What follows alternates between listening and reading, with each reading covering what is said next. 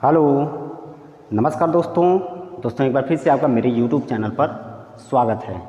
दोस्तों, जैसा कि आप जान रहे हैं कि हम लोग डीसी मशीन के बारे में पढ़ रहे हैं, जो कि डिप्लोमा इलेक्ट्रिकल इंजीनियरिंग के जो थर्ड सेमेस्टर के छात्र होते हैं उनको पढ़ाया जाता है। और इस सीरीज़ का यह लेक्चर नंबर 4 है। इसमें आज हम लोग पढ़ेंगे डीसी मोटर के बारे में, यानी डीसी मोटर क्या है, आज इसके बारे में हम लोग देखेंगे। और आज का हमारा टॉपिक है, यानी सबसे पहली बात कि हम ये जानेंगे कि डीसी मोटर होती क्या है, यानी इसका काम कहाँ लगता है। दूसरी बात कि इसकी संरचना कैसी होती है, यानी इसका कंस्ट्रक्शन क्या होता है। अगली बात कि इसकी वर्किंग क्या होती है डीसी मोटर की। और नेक्स्ट बात, इसमें बैक ईएमएफ क्या होता है। ये 4 बातें आज हम लोग देखेंगे।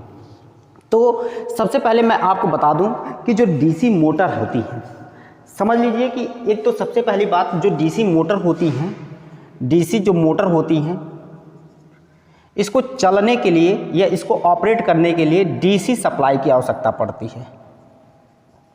डीसी सप्लाई की इसमें क्या पड़ती है, आवश्यकता पड़ती है। ये सबसे पहली बात। इसके मतलब जो ऑपरेटिंग इसका वोल्टेज है उसी के हिसाब से इसका नाम है। डीसी मोटर है तो इसको चलाने के लिए डीसी सप्लाई की आवश्यकता पड़ती है।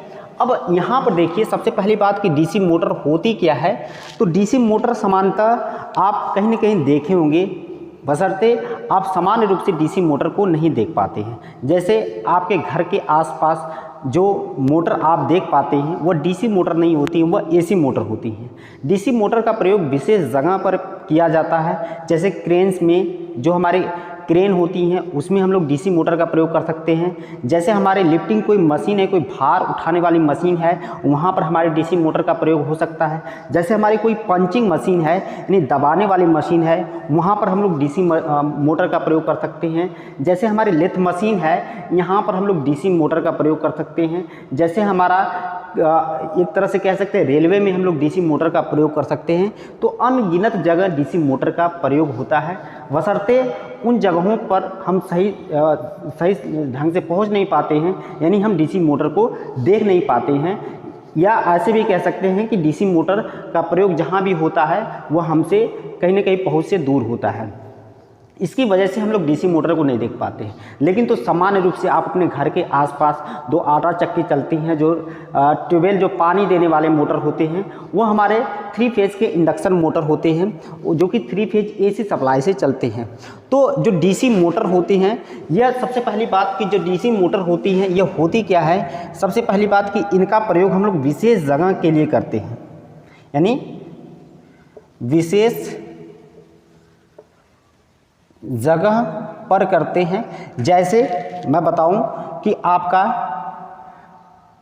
ट्रेन में हम लोग डीसी मोटर का प्रयोग करते हैं। जैसे लिफ्ट में करते हैं। जैसे लेथ मशीन हमारे पास है,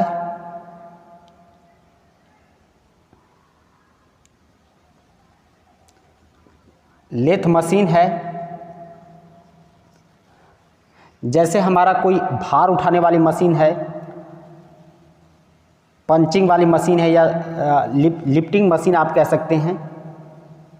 लिफ्टिंग कोई हमारे पास मशीन है, कोई पंचिंग मशीन है। इन जगहों पर हम लोग डीसी मोटर का प्रयोग करते हैं। तो ये तो बात हो गई कि डीसी मोटर होती क्या है। अगली बात जो होती है दोस्तों, जो डीसी मोटर होता है, इसका जो वेरिएबल स्पीड के लिए बहुत अच्छी मानी जाती है। वेरिएबल स्पीड यानी परिवर्ती गति के लिए हमारी डीसी मोटर जो होती है वो बहुत अच्छी मानी जाती है। यानी परिवर्ती गति का मतलब ये होता है कि जो डीसी मोटर की एक्चुअल स्पीड होती है, जिस स्पीड या जिस आरपीएम से डीसी मोटर हमारा घूमता है, चलता है, उस स्पीड से हम लोग डीसी मोटर की स्पीड को ज़्यादा या कम भी कर सकते हैं।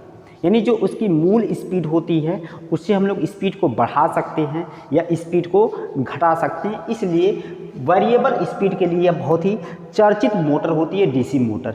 यानी जहाँ पर हमें वेरिएबल स्पीड की आवश्यकता पड़ती है वहाँ पर हम लोग प्रिफर्ड करते हैं डीसी मोटर को। अगली बात मैं डीसी मोटर के बारे में बताऊँ तो इसका जो है स्टार्टिंग जो टार्क होता है माने प्रारंभिक बल आघूर्ण जो होता है इसका, प्रारंभिक जो बल आघूर्ण होता है वो बहुत ही अच्छा होता है। प्रारंभिक बल आघूर्ण बहुत ही अच्छा होता है। और अधिक स्टार्टिंग टार्क के लिए हमारे पास वेरिएंट ऑफ वैरायटी में हमारे पास डीसी मोटर होती हैं, जैसे डीसी सीरीज मोटर होती हैं, डीसी शंट मोटर होती हैं, कंपाउंड मोटर होती है, cumulatively compound, differential compound, long shunt, short shunt, बहुत सारे वैरायटी में हमारे पास अवेलेबल डीसी मोटरें होती हैं। जहां पर अधिक स्टार्टिंग टार्क की आवश्यकता पड़ती है वहां पर उस तरह की मोटर का हम लोग प्रयोग करते हैं और इसमें सबसे अच्छा डीसी सीरीज मोटर को माना जाता है। यानी स्टार्टिंग टार्क इसका प्रारंभिक बल आघूर्ण बहुत अच्छा होता है, इसलिए हम लोग डीसी मोटर का विशेष जगहों पर जहां अधिक स्टार्टिंग टार्क की आवश्यकता होती है वहां पर प्रयोग करते हैं।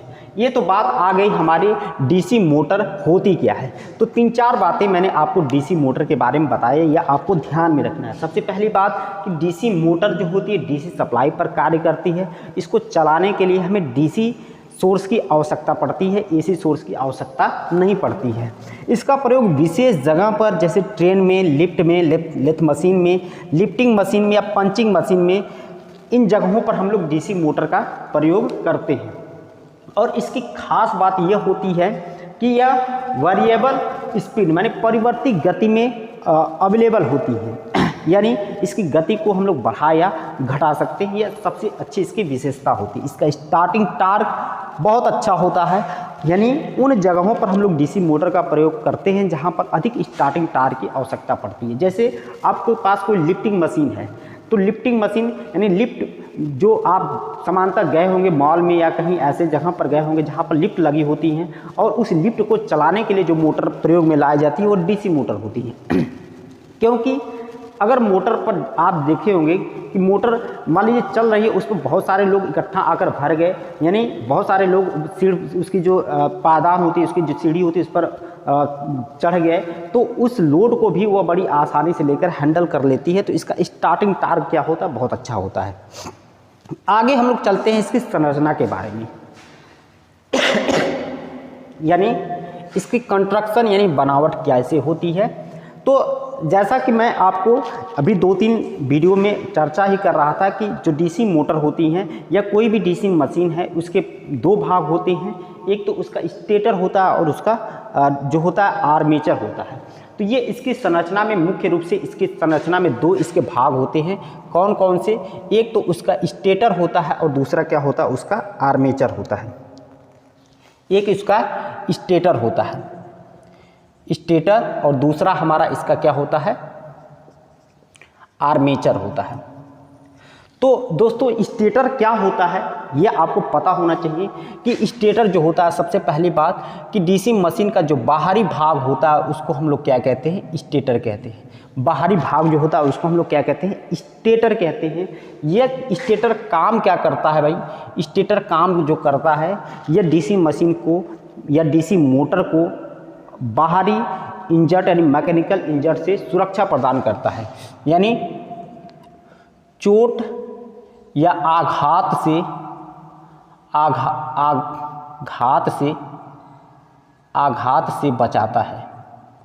बचाता है। ये दूसरा काम होता है। तीसरा ये काम होता है स्टेटर का कि स्टेटर में जो होता है चुंबकीय ध्रुव लगे होते हैं, चुंबकीय ध्रुव होते हैं। ये चुंबकीय ध्रुव होते हैं। स्टेटर को सामान्यतः हम लोग योक या फ्रेम भी कहते हैं। इसको हम लोग या कह सकते हैं योक या फ्रेम, अन्य नामों से इसको जाना जाता है। अब एक और बात स्टेटर के बारे में लिख सकते हैं कि यह डीसी मोटर का स्थिर भाग होता है, स्थिर भाग होता है। ये बात आपको पता होना चाहिए। अब दूसरी बात आर्मेचर के बारे में हम लोग आते हैं। आर्मेचर होता क्या है, यानी डीसी मोटर का जो भाग घूमता है, यानी जो घूमने वाला भाग होता है, उसको हम लोग क्या कहते हैं, आर्मेचर कहते हैं। दोस्तों यह आर्मेचर में क्या होते हैं, इसके परिधि पर क्या होते हैं, स्लॉट्स कटे होते हैं।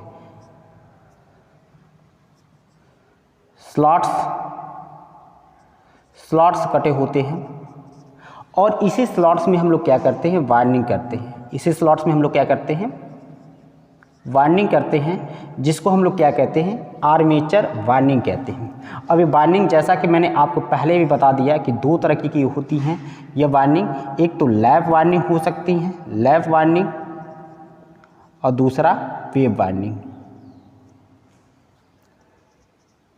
वेव वार्निंग, दो तरह की इसमें क्या होती हैं, वार्निंग होती है। लैप वार्निंग, दूसरा इसमें क्या होती है, वेव वार्निंग होती है।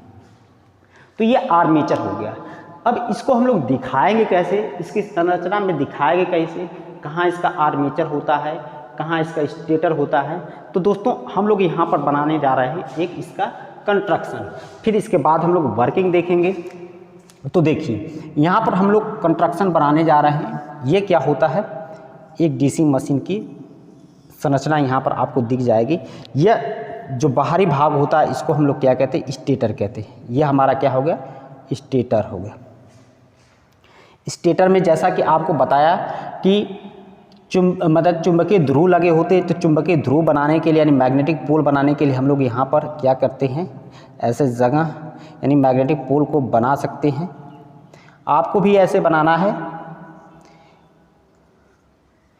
ये मैग्नेटिक पोल है,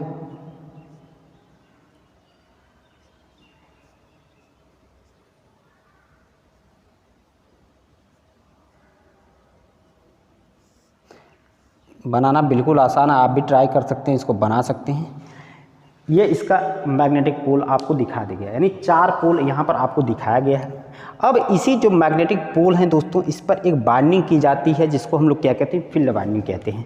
तो यहाँ पर हम लोग एक वार्निंग करेंगे मैग्नेटिक पोल पर, जिसको हम लोग क्या कहेंगे, फील्ड वार्निंग।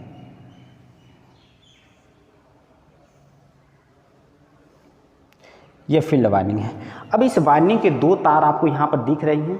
इसको हम लोग क्या करेंगे, या तो अलग से डीसी सप्लाई के द्वारा लगा देंगे, या तो ये हम लोग सेल्फ एक्साइट करेंगे, यानी प्लस और माइनस के द्वारा इसको जोड़ देंगे। तो आप जानते हैं कि जब भी किसी वार्निंग में करंट बहती है तो पूरी की पूरी वार्निंग क्या बन जाती है, मैग्नेट बन जाती है। यानी इस बात को भी आपको यहाँ पर मैं लिख दे रहा हूँ कि जब किसी वार्निंग में क्या होती है, ये मान के चलिए कि ये वार्निंग है, इस वार्निंग में अगर करंट बह रही है तो ये वार्निंग पूरी की पूरी क्या बन जाएगी, मैग्नेट बन जाएगी। और इस तरह से जो मैग्नेट बनता है इसको हम लोग इलेक्ट्रोमैग्नेट कहते हैं, इलेक्ट्रोमैग्नेट कहते हैं। और जब मैग्नेट बन गया तो इसका क्या होगा, फ्लक्स पैदा होगा। इसका क्या होगा, फ्लक्स पैदा होगा। और फ्लक्स जो होता है, ये जो वार्निंग है ये मैग्नेट बन जाएगी और इसके द्वारा फ्लक्स पैदा होगा। और जो फ्लक्स पैदा होगा वो इस मैग्नेटिक पोल के द्वारा मशीन के अंदर एक समान रूप से क्या होगा, वितरित होगा। ये मशीन के अंदर एक समान रूप से क्या होगा, वितरित होगा। ऐसे एक समान रूप से वितरित का मतलब हर जगह एक समान रूप से जो फ्लक्स होगा वह फैल जाएगा। अब दोस्तों यहाँ पर हम लोग क्या दिखाने वाले हैं, यहाँ पर हमारा इसकी आर्मेचर जो होता है, आर्मेचर में स्लॉट्स कटे होते हैं, जैसा कि मैंने आपको बताया। ये स्लॉट्स को दिखा रहे हैं और ये पूरी पेरीफरी पर होता है। आप इसको बना भी सकते हैं इस तरह से, आप पूरी पेरीफरी पर स्लॉट्स को दिखा सकते हैं। ये हमारे क्या है, स्लॉट्स है, पूरी परिधि पर क्या है, स्लॉट्स कटे हुए हैं। और इसी स्लॉट्स में हम लोग क्या करते हैं, वार्निंग करते हैं। इसी स्लॉट्स में हम लोग क्या करते हैं, वार्निंग करते हैं, जिसको हम लोग क्या कहते हैं, आर्मेचर वार्निंग। तो इस स्लॉट्स में जो वार्निंग होती है जिसको हम लोग क्या कहते हैं, आर्मेचर वार्निंग कहते हैं, आर्मेचर वार्निंग कहेंगे। अब इसके बीच में दोस्तों क्या होता है, कम्यूटेटर होता है। कम्यूटेटर होता है, कम्यूटेटर छोटे छोटे सेगमेंट से मिलकर बने होते हैं, जिसको कम्यूटेटर सेगमेंट कहते हैं। और कम्यूटेटर सेगमेंट्स कॉपर के बने होते हैं और यह माइका के द्वारा इंसुलेटेड होते हैं। यहाँ पर ब्रशेस की स्थिति को दिखाया गया है, ब्रशेज है, ब्रश से ही हम लोग सप्लाई लेते हैं और मोटर को सप्लाई देते हैं। तो सप्लाई इसको देना होगा तो हमको डीसी सप्लाई देना पड़ेगा। तो ये इसका क्या हो गया, कंस्ट्रक्शन हो गया। मैंने आपको इसकी संरचना बनाकर दिखा दिया। अब इसका हम लोग देखेंगे वर्किंग। वर्किंग क्या है, तो वर्किंग समझने के लिए, डीसी मोटर की वर्किंग समझने के लिए आपको यहाँ पर एक फिगर मैं बता दूँ। यहाँ पर फिगर ऐसे आपको सबसे पहले मैं आपको बना दूँ एक फिगर। इस फिगर के माध्यम से आप इसकी वर्किंग को समझ सकते हैं अच्छे से। बिल्कुल आसान है, आपको समझ में आएगा। आप देखते रहिए।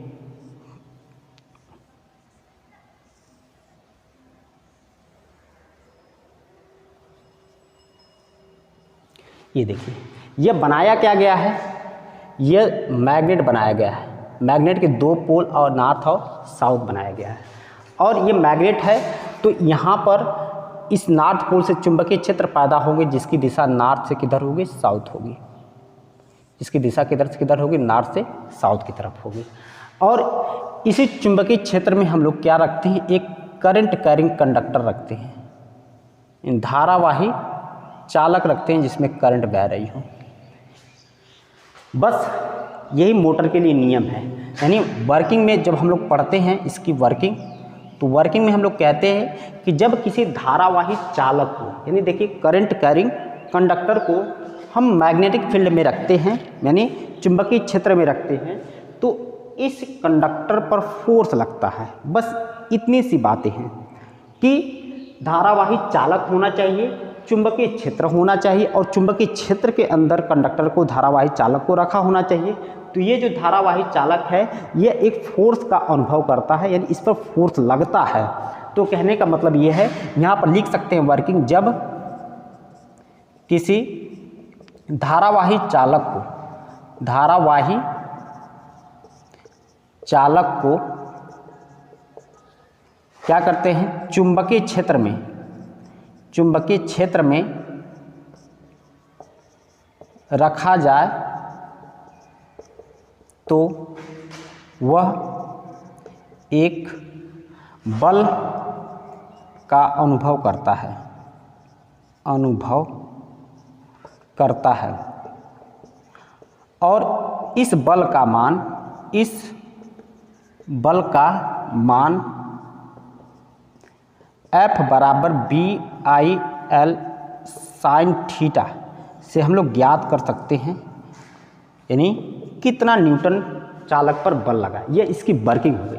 वर्किंग बस आपको इतना ध्यान में रखना है, जब किसी धारावाही चालक को चुंबकीय क्षेत्र में रखा जाए तो वह एक बल का अनुभव करता है और इस बल का मान हम लोग चुंबकीय क्षेत्र, यानी इस बल का मान F बराबर BIL साइन थीटा से ज्ञात कर सकते हैं। और बल किस दिशा में लग रहा है, लेफ्ट में लग रहा है, राइट में लग रहा है, ऊपर लग रहा है, नीचे लग रहा है, किस दिशा में लग रहा है, तो बल की दिशा को हम लोग फ्लेमिंग के लेफ्ट हैंड नियम से ज्ञात कर सकते हैं।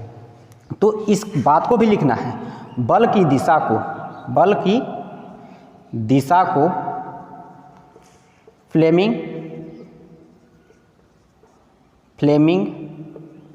के बाएं हाथ के नियम से, बाएं हाथ के नियम से ज्ञात कर सकते हैं। यानी बल किस दिशा में लग रहा है, इसको ज्ञात करने के लिए हमारा फ्लेमिंग लेफ्ट हैंड रूल काम करता है, बल की दिशा पता करने के लिए। तो दोस्तों यहाँ पर यह F क्या है यह आपको पता होना चाहिए। चालक पर लगने वाला, चालक पर लगने वाला बल है और इसको हम लोग न्यूटन में लेते हैं। B क्या है, B को हम लोग क्या कहते हैं, फ्लक्स घनत्व कहते हैं, घनत्व कहते हैं, यानी फ्लक्स डेंसिटी कहते हैं। और B बराबर होता है फाई बाई ए होता है। इसकी यूनिट आप लिखेंगे, B जो फाई की यूनिट होती है वह वेबर होती है और जो एरिया होता है ए की यूनिट होती है वह एरिया, एरिया को हम लोग मीटर स्क्वायर में लेते हैं। तो वेबर पर मीटर स्क्वायर क्या होती है, यूनिट होती है फ्लक्स डेंसिटी की। आई क्या है, चालक में बहने वाली धारा, चालक में बहने वाली धारा है, इसको हम लोग एम्पियर में लेते हैं। और एल क्या है, चालक की लंबाई है, चालक की लंबाई है, इसको हम लोग किस में लेते हैं, मीटर में लेते हैं। थीटा क्या है, यह चुंबकीय क्षेत्र B तथा जो चालक है तथा चालक के बीच का कोण, बीच का कोण है। अगर थीटा का मान 0 हो जाए, अगर थीटा का मान क्या हो जाए, 0 हो जाए, यानी 0 का मतलब ये है कि ये जो चालक है चुंबकीय क्षेत्र के समांतर में हो जाए, तो साइन 0 का मान 0 होता है, तो जब साइन 0 का मान 0 हो जाएगा तो ये पूरी वैल्यू 0 हो जाएगी, यानी जो फोर्स लगेगा उसका मान 0 हो जाएगा। यानी वे कंडक्टर जो चुंबकीय क्षेत्र के समांतर गति करते हैं उन कंडक्टर पर कोई फोर्स एग्जिस्ट नहीं करता है। और मैक्सिमम फोर्स कब लगता है, जब थीटा का मान 90 डिग्री हो जाए, यानी चालक जो है चुंबकीय क्षेत्र के ठीक परपेंडिकुलर हो जाए, लंबवत हो जाए, तो उस समय थीटा का मान 90 डिग्री होगा और साइन 90 का मान अधिकतम 1 होता है। और अधिकतम में किसी चीज़ से गुणा करेंगे तो मान अधिकतम आता है, यानी फोर्स का मान अधिकतम हमें प्राप्त होगा। यानी जब थीटा का मान 90 डिग्री हो जाए तो उस स्थिति में चालक पर अधिकतम बल कार्य करता है। तो ये इसकी वर्किंग है। इस चीज़ को अब हम लोग यहाँ पर अप्लाई करने वाले हैं, जो कि मैंने आपको इधर समझाया। तो दोस्तों, जैसा कि मैंने आपको बताया कि यह आर्मेचर है, यह आर्मेचर है। आर्मेचर में वाइंडिंग की गई है, जिसको आर्मेचर वाइंडिंग कहते हैं। 2 तरीके की होती है, लैप वाइंडिंग या वेव वाइंडिंग। यह हमारा मैग्नेटिक पोल है, इस पर फील्ड वाइंडिंग की गई है, यहाँ से फ्लक्स निकला हुआ है। अब दोस्तों देखिए, यहाँ पर एक कम्यूटेटर लगाया गया। कम्यूटेटर का काम यहाँ पर आप लिख सकते हैं, कम्यूटेटर। कम्यूटेटर सबसे पहली बात की, यह AC को DC तथा DC को AC में बदलता है, DC को AC में बदलता है। तो AC को DC तथा DC को AC में बदलने का काम जो है हमारा, और बहुत सारे इक्विपमेंट है, उपकरण हैं, करते हैं। जैसे AC को DC में करने के लिए हमारे पास क्या होते हैं, रेक्टिफायर होते हैं। AC को DC में बदलने के लिए रेक्टिफायर होते हैं। तो ये भी AC को DC में हमारा कम्यूटेटर बदलता है, इसलिए इसको हम लोग क्या कहते हैं, मैकेनिकल रेक्टिफायर भी कहते हैं। तो ये सबसे पहली बात कि यह आपका जो स्थिति दिख रही है किसकी है, कम्यूटेटर की। यह हमारा कम्यूटेटर है। तो ये कम्यूटेटर काम क्या करता है, AC को DC में तथा DC को AC में बदलता है। इसको हम लोग मैकेनिकल रेक्टिफायर भी कहते हैं, मैकेनिकल रेक्टिफायर कहते हैं। कम्यूटेटर छोटे छोटे सेगमेंट से बना होता है, जैसे आपको यहाँ पर दिख रहा है, ये छोटे छोटे सेगमेंट से बना होता है, जिसको हम लोग कम्यूटेटर सेगमेंट कहते हैं। और ये कापर के बने होते हैं। तो इस बात को आप लिख सकते हैं, जो कम्यूटेटर सेगमेंट होते हैं वह किसके बने होते हैं, कापर के। कम्यूटेटर सेगमेंट कापर के बने होते हैं। और ये सेगमेंट जो होते हैं वह माइका के द्वारा क्या होते हैं, माइका एक इंसुलेटिंग मटेरियल है, इसके द्वारा अलग होते हैं। इतनी जानकारी आपके पास होना चाहिए। अब हम लोग वर्किंग इसका समझ लेते हैं। अब देखिए, यहाँ पर हमारा ये कम्यूटेटर है, यह आपको कम्यूटेटर है, यह आर्मेचर में वाइंडिंग की गई है, यह मैग्नेटिक पोल है। और नियम ये कहता है कि जब हम लोग धारावाही चालक को चुंबकीय क्षेत्र में रखें या रखा जाए तो उस पर फोर्स लगता है। तो इसको, ये DC मोटर को चलाने के लिए हमको DC सप्लाई यहाँ पर इसके जो बाहरी टर्मिनल होंगे या जो इसका टर्मिनल बॉक्स होगा, उन टर्मिनल बॉक्स पर हमको DC सप्लाई देना पड़ेगा।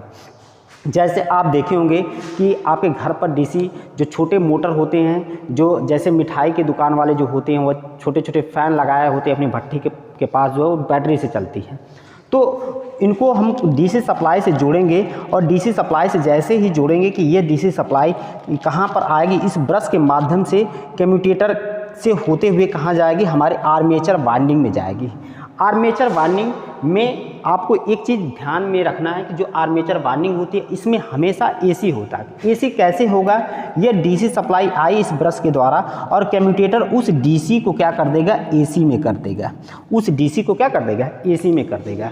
यानी जो आर्मेचर वाइंडिंग है उसमें हमारी AC करंट बहेगी, और इस आर्मेचर वाइंडिंग में जो AC करंट आएगी, इस AC करंट के कारण यह क्या हो जाएगा, करंट कैरिंग कंडक्टर हो जाएगा, यानी धारावाही चालक बन जाएगा। यानी आर्मेचर के कंडक्टर कैसे बन जाएंगे, धारावाही चालक हो जाएंगे। और नियम ये कहता है कि जब कोई धारावाही चालक चुंबकीय क्षेत्र में रखा जाए, चुंबकीय क्षेत्र में रखा जाए तो वह एक बल का अनुभव करता है। और चुंबकीय क्षेत्र तो पहले से ही यह मैग्नेटिक पोल के द्वारा बना हुआ है, यानी अब इन कंडक्टर पर फोर्स लगेगा, और जिसकी वजह से हमारे जो आर्मेचर कंडक्टर होते हैं वो गति करने लगते हैं या गतिशील हो जाते हैं। और जब ये गति करता है तो पूरा आर्मेचर हमारा गति करता है, यानी घूमता है, और घूमता है तो इसके शाफ्ट पर हम लोग पुली लगाकर आउटपुट पर मैकेनिकल लोड लगा सकते हैं। तो ये सिंपल सी इसकी वर्किंग होती है सामान्य रूप से इस मोटर की। तो ये वर्किंग आपको समझ में आ गई हो कि डीसी मोटर की वर्किंग क्या होती है। अब दोस्तों अब हम लास्ट में हम लोग देखेंगे कि बैक ईएमएफ क्या होता है। तो दोस्तों बैक ईएमएफ यानी विरोधी विद्युत वाहक बल क्या होता है इसको समझना है। तो बैक ईएमएफ आपको समझने के लिए ये ध्यान देना है कि विरोधी का मतलब ये होता है कि वो किसी चीज़ का विरोध करे। जैसे आपका कोई मित्र है तो आपका विरोध करता है, कोई आपका पार्टनर है तो आपका विरोध करता है, आपके पड़ोसी हैं तो आपका विरोध करता है। तो यहाँ पर कौन विरोध करेगा, यहाँ पर विरोध करने वाला कौन बैठा हुआ है। तो एक तरह का वोल्टेज इसमें पैदा होता है आर्मेचर में। वो क्या करता है, जो हमने सप्लाई वोल्टेज लगाया है यहाँ पर इसका विरोध करता है। समझ रहे हैं, ये जो सप्लाई वोल्टेज हमने लगाया है इसका विरोध करता है।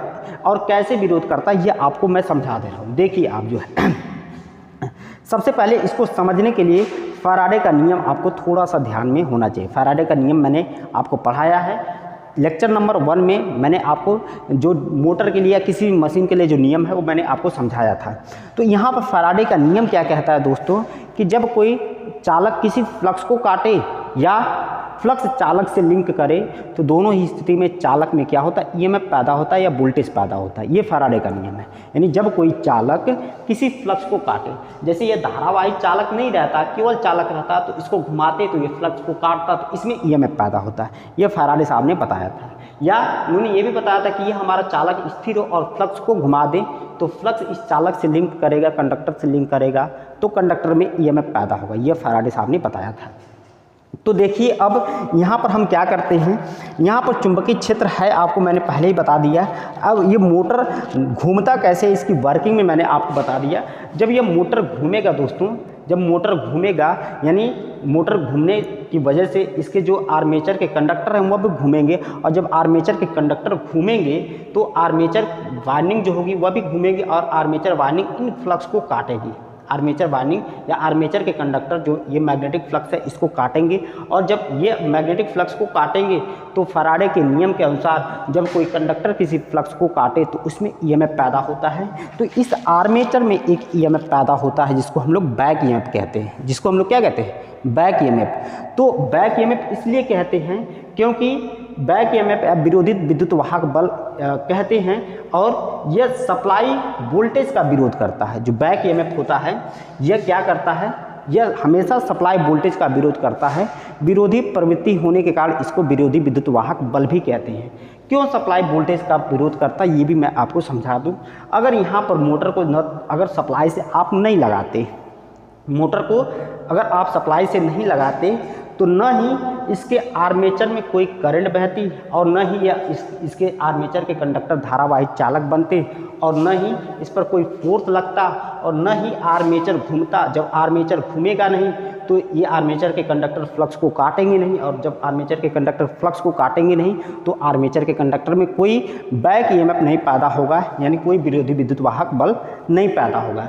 तो जो बैक ईएमएफ होता है उसका मान जो होता है वो हमेशा सप्लाई वोल्टेज से कम होता है। और बैक ईएमएफ का मान जो होता है इसको हम लोग ईबी से प्रदर्शित करते हैं, ईबी से। और ईबी बराबर ZP phi N/60A होता है और इसको हम लोग वोल्ट में लिखते हैं। यानी इसका मान स्पीड पर निर्भर करता है। अगर स्पीड 0 है यानी कहने का मतलब जब आर्मेचर के कंडक्टर नहीं घूमेंगे तो इसमें बैक ईएमएफ का मान क्या हो जाएगा, 0 हो जाएगा। तो बैक ईएमएफ हमेशा सप्लाई वोल्टेज का विरोध करता है, इसलिए इसके विरोधी विद्युत वाहक भी बल भी कहते हैं। जो बैक ईएमएफ का मान होता है इसका मान हमेशा जो होता है वह कम होता है सप्लाई वोल्टेज से, यानी सप्लाई वोल्टेज का मान क्या होता है, अधिक होता है। तो दोस्तों ये आज की हमारी क्लास थी। क्लास आपको कैसी लगी आप कमेंट बॉक्स में ज़रूर बताइएगा। फिर भी अगर वीडियो में कोई चीज़ अगर आपको ना समझ में आए तो आप कमेंट बॉक्स में पूछ सकते हैं। मैंने अपनी तरफ से पूरी कोशिश की आपको बताने के लिए, आपको समझाने के लिए। फिर भी अगर आपको कहीं से कोई कमी लग रही हो तो आप हमें सुझाव दे सकते हैं। वीडियो देखने के लिए आपका बहुत बहुत धन्यवाद। Thank you.